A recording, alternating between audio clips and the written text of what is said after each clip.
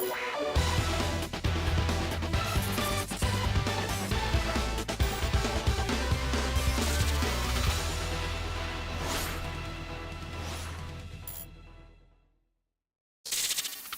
everyone, how are you doing? This is MD Tech here with another quick tutorial. In today's tutorial, I'm going to show you guys how to download Windows updates manually, whereas opposed to going through the Windows Update utility that's built into Windows. And I know this process can be a little bit quicker at times, and it definitely serves its use.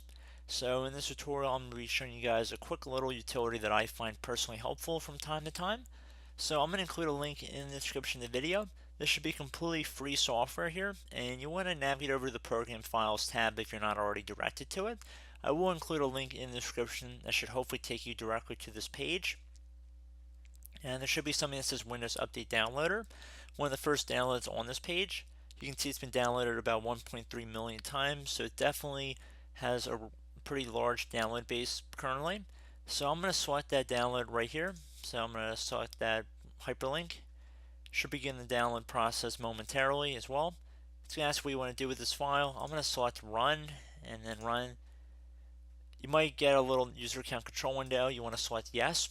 It's going to ask what's new in the version. Select Next. You can select or change some of these setup settings as well if you choose to do so. You can uninstall this program once we're done with it anyway as well. But I'm going to select Next and then Install. Once it's done, I'm going to click on Close.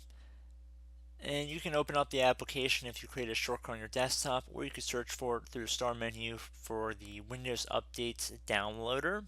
That's what this utility is called here. And what's really nice about this utility is it gives you a good breakdown of different updates that are available. You can see security updates, and you can expand it by clicking the little plus sign here. You can go through the other options as well. If you just want to select one area, you can just click inside the little check mark in here to begin the download process. So let's just say we want to download the security products and security updates. Actually, I don't want to do all of them. I might just do the first two here just to give you guys an idea. And then if I minimize out of there, and we've selected 3 updates as of right now, so I'm going to select the download button. And you can see it's moving pretty quick. I have noticed this is faster than just going through Windows Update in the past.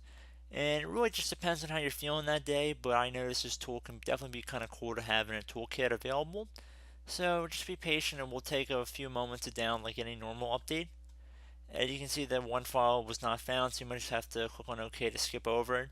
But for the most part, most of the files should be okay.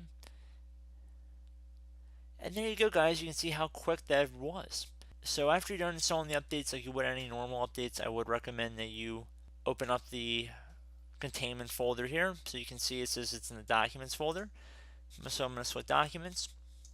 You can see our folders in here, and our updates are listed in here as well. So if you ever wanted to go back in and run any of them, it's pretty easy to go ahead and install them at this point in time if you wanted to put them on another computer as well. So it's definitely a very nice, easy to use application.